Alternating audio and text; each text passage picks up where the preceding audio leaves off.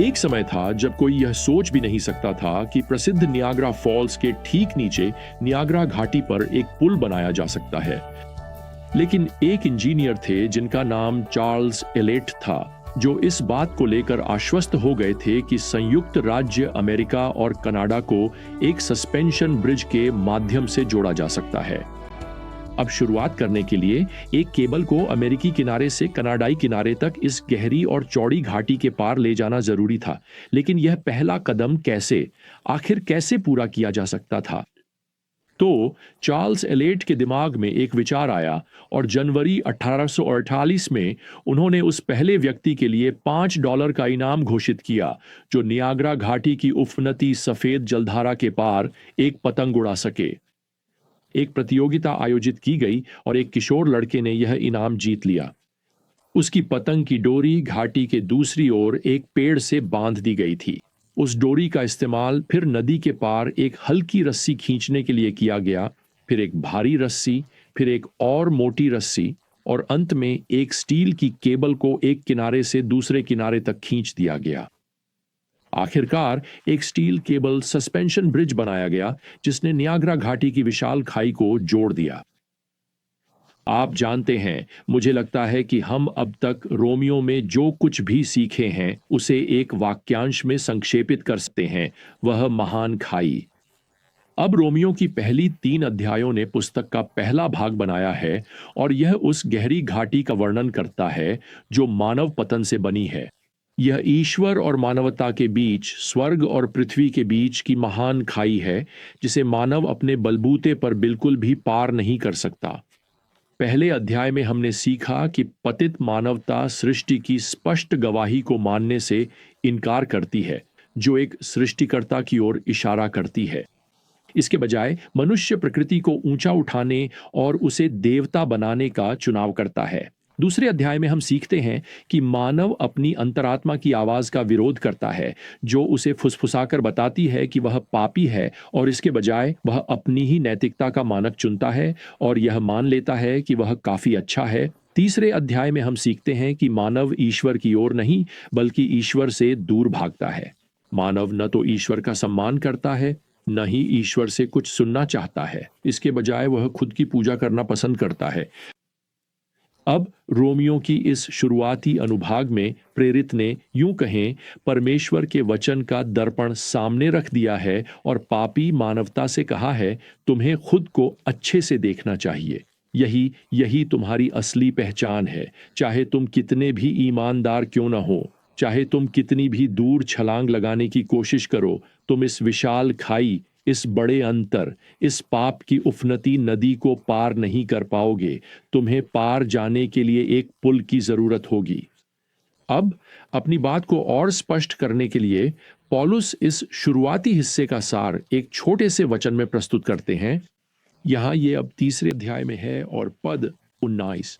हम जानते हैं कि जो कुछ व्यवस्था कहती है वह उनके लिए कहती है जो व्यवस्था के अधीन है, ताकि हर एक का मुंह बंद हो जाए और सारी दुनिया परमेश्वर के सामने दोषी ठहरे। क्या आपने यह सुना? सारी दुनिया परमेश्वर के सामने जवाबदेह है। और आप भी उतना ही जानते हैं जितना मैं जानता हूं। यही वह बात है जिसे दुनिया सुनना बिल्कुल पसंद नहीं करती। दुनिया इस बात पर विचार ही नहीं करना चाहती कि एक दिन पूरी दुनिया को परमेश्वर के सामने जवाब देना होगा। हां, असल में जवाबदेह शब्द का अर्थ शाब्दिक रूप से न्याय के लिए लाया गया होता है। पौलुस यहां एक अदालत की भाषा का उपयोग कर रहे हैं जब वे यह व्यापक घोषणा करते हैं कि जितने भी अविश्वासी अब तक मानव इतिहास में हुए हैं, वे एक दिन परमेश्वर के सामने न्याय के लिए लाए जाएंगे। अब आप देख सकते हैं कि पौलुस ने यहां पद 19 में कहा है कि हर मुंह बंद कर दिया जाएगा। यह आज के मानव न्यायालय से बहुत अलग है, जहां अभियुक्त जूरी के सामने अपना पक्ष रखता है, वह अपने तर्क प्रस्तुत करता है, अपने प्रमाण देता है, वह अपनी निर्दोषता की घोषणा करता है। अब यह बात मानव न्यायालय में उपयुक्त हो सकती है क्योंकि मानव जूरी गलतियां कर सकती है। एक निर्दोष व्यक्ति पर आरोप लगाया जा सकता है। पाप पूर्ण व्यवहारों को नजरअंदाज किया जा सकता है या कोई वकील, न्यायाधीश या जूरी को प्रभावित कर सकता है। लेकिन पौलुस जिस अदालत के दृश्य का वर्णन कर रहे हैं उसमें ऐसा नहीं होने वाला है। देखिए, वह परमेश्वर के सामने असएव्ड मानवता के अंतिम न्याय की बात कर रहे हैं। इसे महान श्वेत सिंहासन कहा जाता है।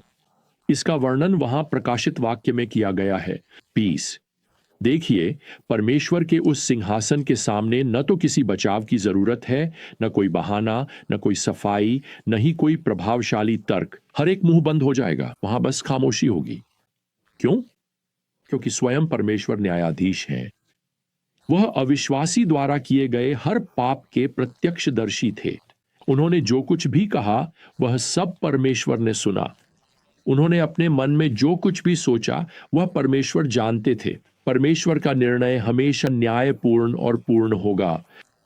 तो इस अदालत के दृश्य में यूं कहें, सारी दुनिया समझ जाएगी कि अब उनके और परमेश्वर के बीच एक अपूरणीय खाई है। उनकी एकमात्र आशा थी कि वे यीशु मसीह के द्वारा दिए गए पुल को पार करें, जो उनके क्रूस के रूप में था। लेकिन उन्होंने सृष्टिकर्ता का इनकार किया, उन्होंने अपनी अंतरात्मा को ठुकरा दिया, उन्होंने उस उद्धारकर्ता की अनदेखी की जो उनके लिए उस क्रूस पर मरा था। उन्होंने अपने पाप को पकड़े रखा और अब वे परमेश्वर के सामने अपने ही पाप में ढके हुए खड़े हैं। पौलुस यहां कहता है, वे परमेश्वर के सामने पूरी तरह चुप्पी में खड़े होंगे। कोई अपील नहीं होगी, कोई तर्क नहीं होंगे। प्रार्थना करने के लिए बहुत देर हो चुकी होगी। निर्णय दोषी का होगा। क्यों? खैर, पौलुस यहां इसका उत्तर देता है इस पद में, ड्यूटीज, क्योंकि व्यवस्था के कामों से कोई भी मनुष्य उसकी दृष्टि में धर्मी नहीं ठहर सकता, क्योंकि व्यवस्था के द्वारा पाप का ज्ञान होता है। दूसरे शब्दों में, यह कभी भी परमेश्वर की योजना नहीं थी और कोई भी व्यवस्था को इस तरह नहीं निभा सकता था कि वह स्वर्ग में प्रवेश कर सके। वास्तव में परमेश्वर ने हमें व्यवस्था देने का एक कारण यह भी था कि वह सिद्ध कर सके कि हम उसे निभा नहीं सकते। पौलुस यहां कहता है, व्यवस्था के द्वारा पाप का ज्ञान होता है। व्यवस्था केवल यही दिखा सकती है कि आपने क्या तोड़ा है। वह गति सीमा का संकेत आपको कानून तोड़ने वाला नहीं बनाता। यह बस यह सिद्ध करता है कि जब आप उसके पास से गुजरते हैं तो आप तेज गति से चल रहे हैं। एक लेखक लिखता है, व्यवस्था की सीधी रेखा हमें दिखाती है कि हम कितने टेढ़े हैं। क्या आपने कभी अपने घर के किसी कमरे में वॉलपेपर लगाया है? क्या आपने कभी ऐसा वॉलपेपर लगाने की कोशिश की है जिसमें धारियां हों?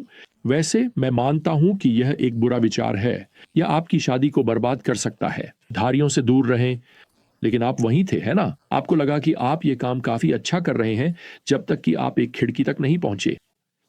उस खिड़की के फ्रेम ने आपको एहसास दिलाया कि आप वॉलपेपर टेढ़ा लगा रहे थे। वह खिड़की के फ्रेम की सीधी किनारी थी। अब खिड़की के फ्रेम की वह सीधी किनारी आपके वॉलपेपर को सीधा नहीं कर सकती। यह केवल यह दिखा सकती है कि वह टेढ़ा है। या फिर एक आईने के बारे में सोचिए, यह आपके चेहरे की गंदगी दिखा सकता है लेकिन आपका चेहरा धो नहीं सकता। यह आपको दिखा सकता है कि आपको अपने बालों में कंघी करनी चाहिए, लेकिन यह आपके लिए नहीं कर सकता। यह केवल यह दिखा सकता है कि आप कैसे दिखते हैं। ठीक उसी तरह कानून भी परमेश्वर का हमें दिया गया उपहार है। यह हमें दोषी महसूस कराने के लिए नहीं, बल्कि यह दिखाने के लिए है कि हम क्यों दोषी हैं। कानून हमारे जीवन को साफ नहीं कर सकता।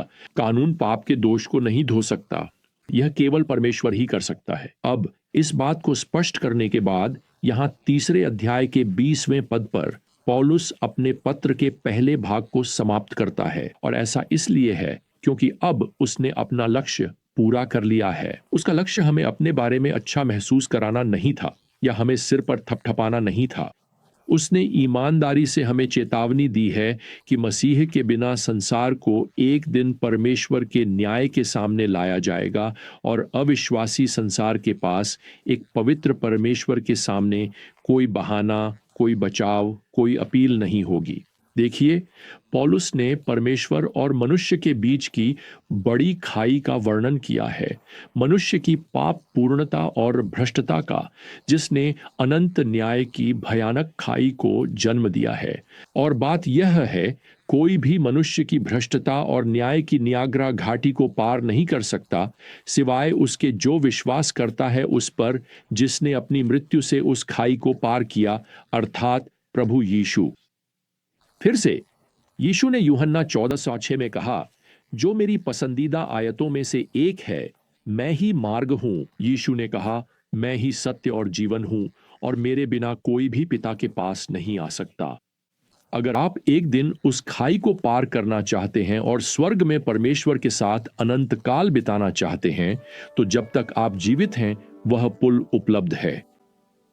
अगर आपने अब तक यह नहीं किया है, तो आपको आज ही निर्णय लेना चाहिए।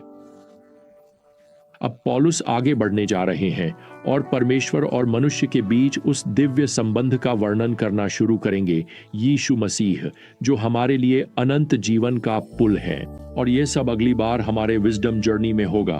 तब तक प्रभु यीशु मसीह की अनुग्रह, परमेश्वर का प्रेम और पवित्र आत्मा की संगति आप सभी के साथ बनी रहे। आमीन।